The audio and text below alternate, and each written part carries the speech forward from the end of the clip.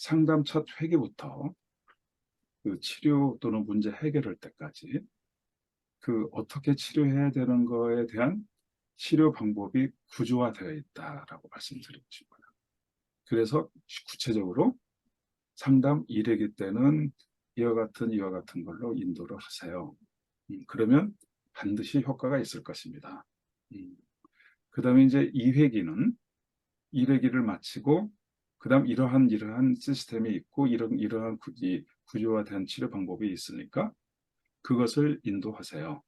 그러면 반드시 효과와 변화가 있을 것입니다. 이렇게 구조화가 되어 있어서 내담자가 어느 문제든 또 어떤 천재 입장이든 문제를 벗어나고 해결하는 데까지 쭉 인도하는 그 코스 또는 내용, 그게 존재하고 있고 그게 존재하다 보니까 상담 첫 회기 때 하는 일이 상담자가 내담자 얘기를 가만히 경청하고 듣고 그걸 그동안에 우리가 배운 지식 또는 배운 경험 또는 어떤 노하우 그것으로 풀이하고 그것으로 내담자한테 알려주고 보통 그러잖아요. 모든 상담의 그 방식이 그렇게 하지 않고 그걸 참고 내가 어떤 생각 시각이 있더라도 그걸 말하지 않고 내담자가 고민하거나 힘들어하는 부분 그 부분을 핵심으로 요약해서 포착하는 작업부터 시작한다. 이게 중요한 특징이라는 말씀을 했던 겁니다. 상담자가 스스로 주관적으로 그 문제를 이해하고 그것을 설명하고 풀이하는 방식이고 그렇게 하지 않고 내담자의 문제를 핵심 위주로 요약해서 그 부분을 먼저 그 요약하는 작업 이걸 하는 것, 그 차이점. 이 상담하는 방법이 이 두 가지의 차이를 그 차이가 뭐냐면 그 내담자한 말씀을 듣고 그 문제를 듣고 이게 어떤 문제구나라고 이 상담자가 이해하고 그것을 해석하고 그런 작업을 하고 있는 것이라기보다도 그냥 그대로 내담자가 그 문제 소개한 것을 객관적으로 그냥 요약해서 핵심으로 그걸 포착하라는 거죠. 처음에 내담자가 호소하거나 문제를 진술할 때 가만히 듣고 경청하고 진행하는 게 아니고 미리 그러니까 준비물 또는 노트 이런 걸 가지고 핵심으로 딱 요약해서 적는 연습 또는 그것부터 시작합니다. 내담자가 말을 빨리 하는 사람도 있고 많이 하는 사람도 있고 간략히 하는 사람이 있기 때문에 말을 많이 하잖아요. 그렇게 되면은 속기사가 아닌 이상 다 받아들일 수가 없잖아요. 그리고 그 문제를 다 그것을 적는 게 아니고 본인이 문제 소개하는 핵심, 알맹이 위주로 적어요. 그 내담작 한 말을 그대로 기록하는 게 아니고 내담작 한 문제가 얘기한 내용이 있잖아요. 그 문제의 알맹이 위주로 그걸 포착 또는 작업한다. 음, 이제, 그러면 교수님, 음, 제가 잠깐, 제가 만약에 지금 이제 질문으로, 아까 그 요약하기가 제가 좀 감이 안 오는 게, 만약에 제가 상담하러 왔을 때 어떤 일로 오셨어요? 해서 제가, 아, 요즘 우리 아이가 반항이 너무 심해가지고, 제가 어떻게 이 아이한테 교육 방법이 다른지, 아니면 얘가 기본적으로 기질적이나 품행이 좀 나쁜 아이인지, 그게 너무 헷갈려서 그것 때문에 아이 상담하러 왔습니다. 이러면은 네, 네. 그러니까 핵심을 딱 요약하는 거는 우리가 아이를 어떤 식으로 집에서 양육했으면 좋겠는지 그것 때문에 오셨군요. 이렇게 하는 게 그런 건가요? 아니면 그 안에 또 깊은 뭔가가 있는 게 심상치로 그 핵심 요약 지금 약간 방금 같이 반응하거나 말씀을 하시면은 네. 그것은 전형적인 상담자 주관적인 상담 방법이에요. 아, 이게 그래. 음, 자 아까 한 그 문제 소개한 걸 천천히 한번 불러주시고 우리 심상치료 방금 배우신 그 지금 그대로 한번 시도를 해보고 그리고 네. 같이 서로가 비교해보자. 네.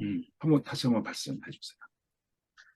제가 요즘, 아이 때문에 너무 힘드는데, 아이의 기본적으로, 기질적으로 얘가 품행이 좀 나쁜 아이인지, 아니면 제가 양육에 좀 문제가 있는지, 그것 때문에 너무 답답해서 상담하러 왔습니다. 네, 여기까지. 네, 그러면 적으신 걸 한번 쭉쭉 불러주세요. 네, 저는 핵심적인 그 문제를 요약하라고 하셔서 저는 서로 요약을 했는데 그 말씀에 제가 우선 아이 때문에 힘드신 거, 그 마음이 아이 때문에 마음이 힘드신 거 먼저 하나 적었고요. 그다음에 아이가 기질 문제인지 아니면 양육 방법의 문제인지 이걸 모르시겠다 한 거 요거 한 가지 이렇게 잡았습니다. 음, 네. 그러니까 두 개를 적었네요. 예, 예, 예, 예. 네, 다 잘 이해를 하셨네요. 그런데 지금 적으신 것을 지금 표현하실 때 어떻게 표현할까? 일종의 딱 이렇게 규격과 이렇게 딱 이렇게 깔끔하게 이렇게 표현했다라기보다도 좀 이렇게 두리뭉실한 표현 느낌이 들었어요. 그래서 지금 적으신 내용 있잖아요. 네. 그 적으신 내용을 깔끔하기 위해서 끝 문장의 끝부분에다가 이런 점, 이게 딱 끊어지게끔 점이라고 붙이고 뭐 문장을 다시 한번 불러주세요. 그리고 앞에 1, 2 이렇게 딱딱 그 용건 위주로 1, 이런 점, 2, 이런 점 이렇게 한번 다시 한번 만들어줘 보세요.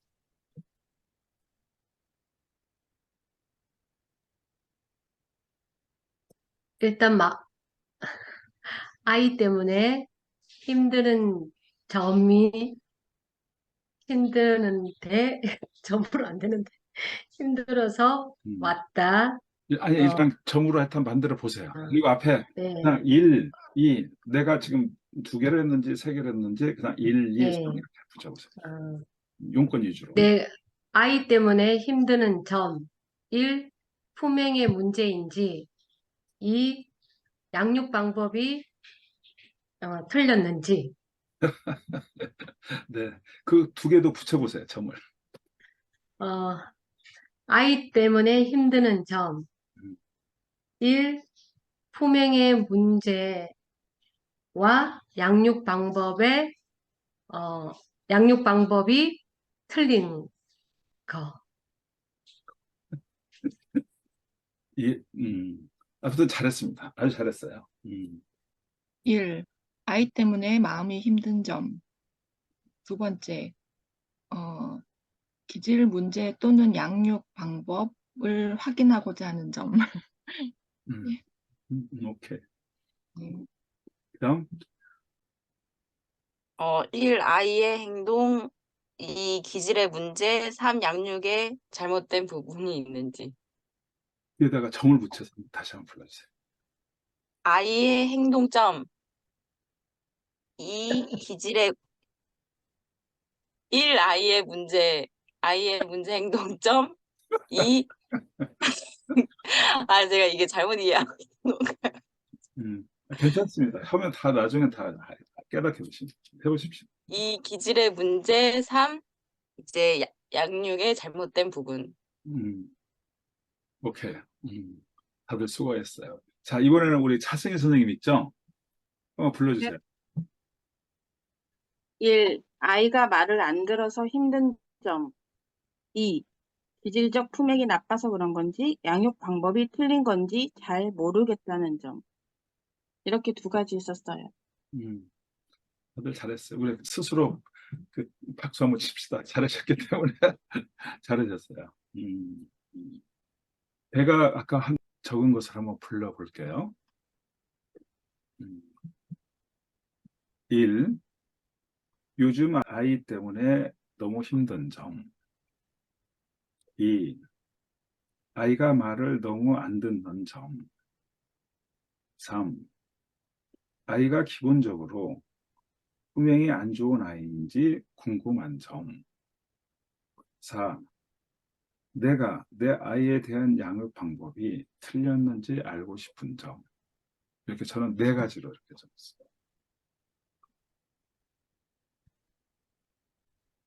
일단 여기까지 진도가 나갔는데 우리 각각 선생님 배우신 점, 느낀 점 돌아가면서 얘기해 주시면 제가 또 슈퍼비전 해드리겠습니다. 어떠셨는지요? 일단 이 점이 아주 중요한 게 제가 딱 느꼈는 게 음, 딱 핵심 요약을 딱 하니까 앞으로 이분하고는 이거에만 집중해서 이것만 잘 다루면은 상담은 한, 예, 그 자리에서 아웃 딱 끝나겠구나. 그러니까 막 오면은 좀 이런 것들이 두리뭉실 너무나 방대하잖아요. 솔직히 뭐 아이가 힘드는 요즘 엄마들 아이 때문에 힘 안 드는 엄마들이 없을 뿐더러 양육 그 수많은 양육 코칭 뭐 이런 이 품행에 막 이러면은 진짜 너무한데 이렇게 딱 요약하니까 앞으로 상담은 네 가지 요것만 딱 집중적으로 한번 딱딱딱 건드려주면 되겠다는 생각이 딱 드는데 좀 약간 선무당 같은가요?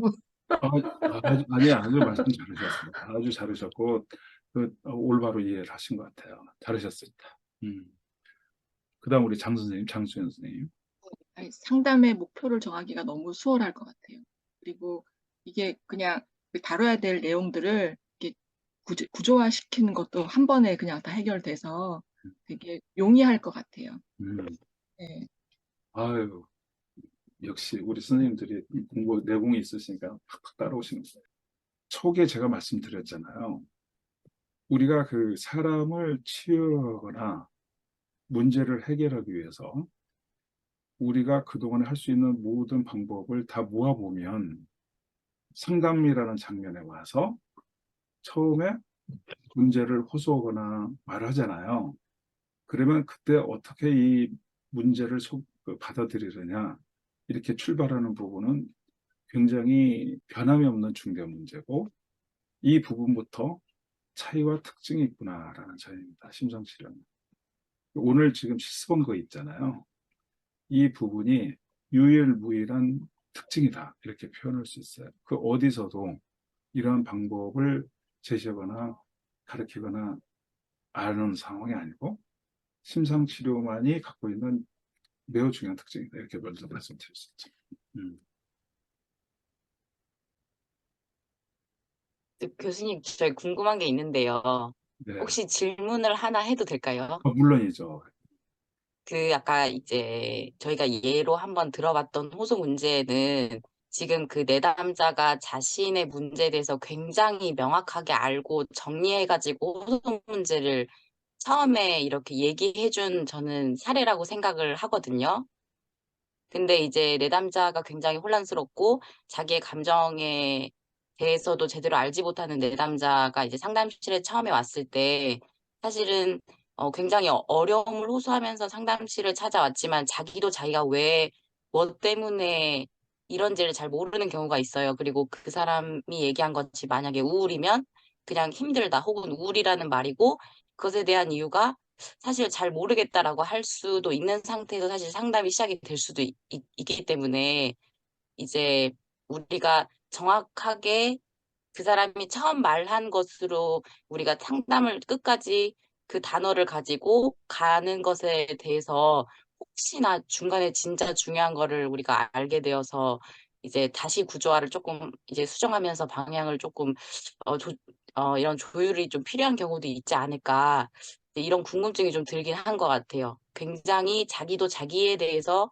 제대로 이렇게 표현을 하지 못하는 한 회기에서 조금 고민이 되는 아주 간략하게 이렇게 깔끔하게 정리되지 않을 수도 있지 않을까라는 생각이 좀 궁금함이 좀 들어서 네네네. 이런 데는 어떻게 하면 좋을지 음, 좀. 지금 궁금한 점에 대해서 설명하도록 해볼게요. 내담자가 한 말이 쉽게 얘기해서 그렇게 중요하지 않을 수도 있지 않느냐라고 이해할 수도 있어요. 지금 김수진 씨의 말씀은 그죠? 더 중요한 게 따로 있을 수도 있기 때문에 그런 것들을 놓칠 수도 있지 않느냐 이런 표현일 것 같아요. 그 말씀이죠. 예를 들어서 네, 네.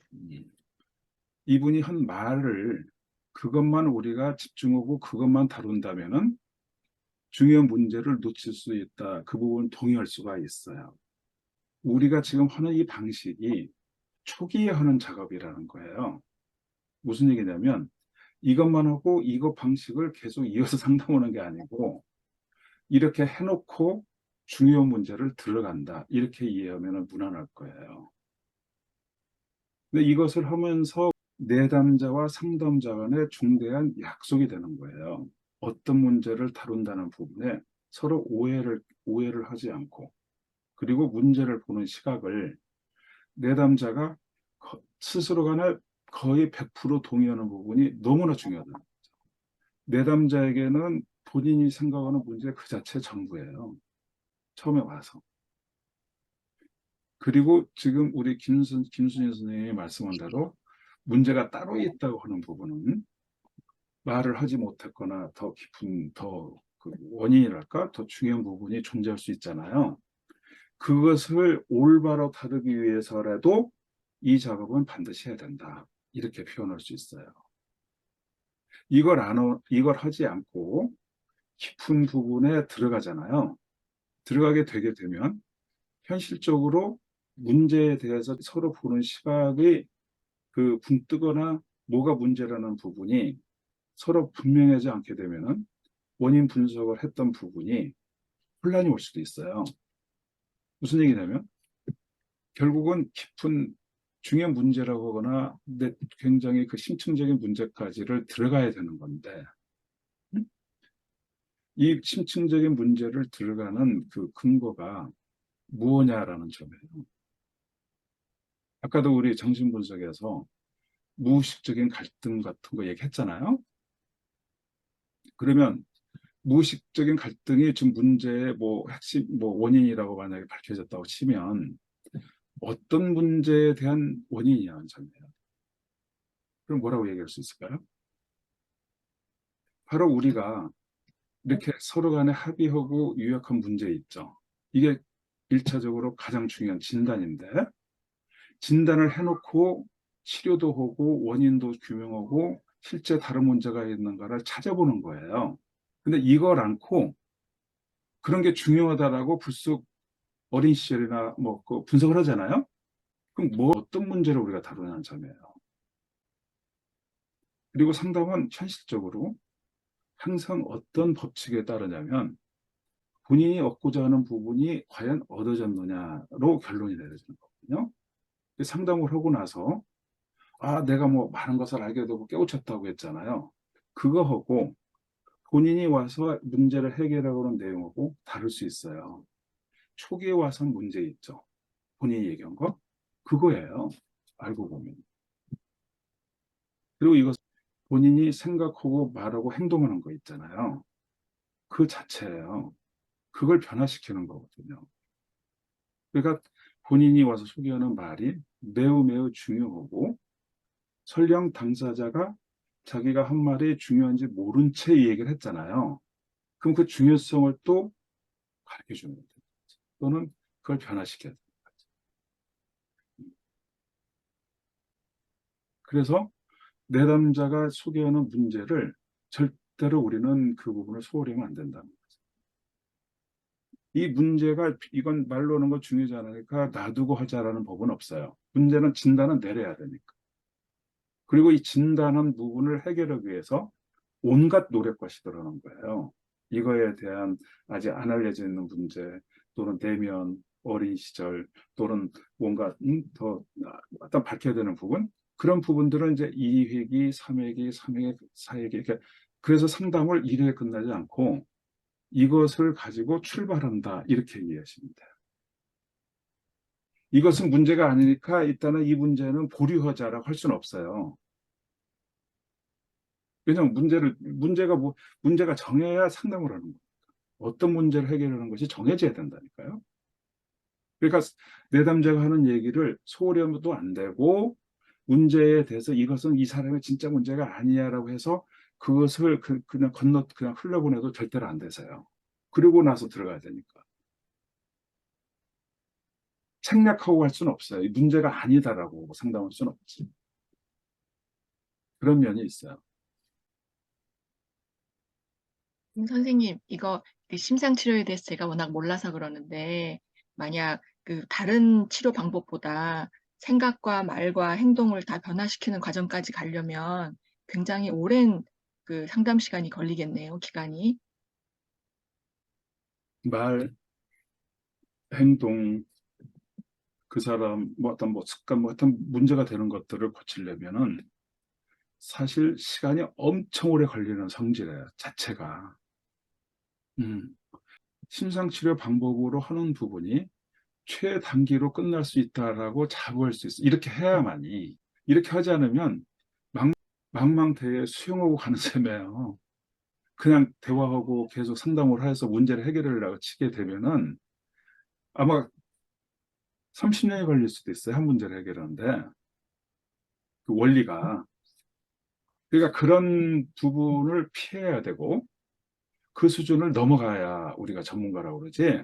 그냥 무조건 시도하고 무조건 대화한다고 그걸 전문성이라고 인정할 수는 없는 일이에요. 그래서 초기에 여기서는 우리가 할 수 있는 방법이 세 가지로 얘기할 수 있는데 뭐냐면 와서 소개를 하잖아요. 이 문제가 아니라고 그냥 그렇게 넘어가는 방식도 있을 것 같고. 왜? 중요한 문제는 따로 있으니까 따로 나중에 대화해보자는 식으로 갈 수 있으니까. 두 번째로는 선생님 말씀을 들어보니까 선생님은 이런 문제군요 라고 들으면서 상담자가 그것을 제시하면서 진행할 수 있겠죠. 그죠? 그 다음에 심장치료하는 방법이 있다는 거죠. 그대로 내담자가 한 얘기를 존중하고 또는 그게 문제라고 그것을 정립시켜 놓고 들은 순서가. 이거 지금 오늘 진단하게 되면 이건 첫 회계 일을 하는 일이지. 이렇게 진단하게 되면은 내담자가 다 치유되고 해결되는 게 아닙니다. 첫 회계에 어떤 패턴으로 하느냐를 우리가 공부하는 거죠. 그러지 이것은 중요하지 않다고 건너뛸 수는 없습니다. 김수진 선생님. 근데 실제 존재할 수 있을 것 같아. 마음적으로 듣는 것을 그냥 같이 이렇게 예, 알겠습니다 하지만 속으로는 하나도 그것을 받아들이지 않고 나중에 보자라고 그런 자세로 갈 수도 있을 것 같네요.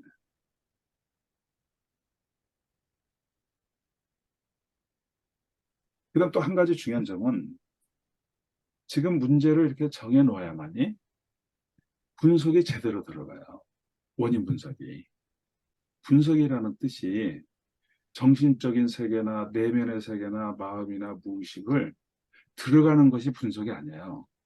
우리는 그냥 무한대로 들어가서 무한대로 무슨 얘기를 하고 그게 뭐 답이 되든 안 되든 그렇게 시도하는 게 상담이 아니라는 거예요.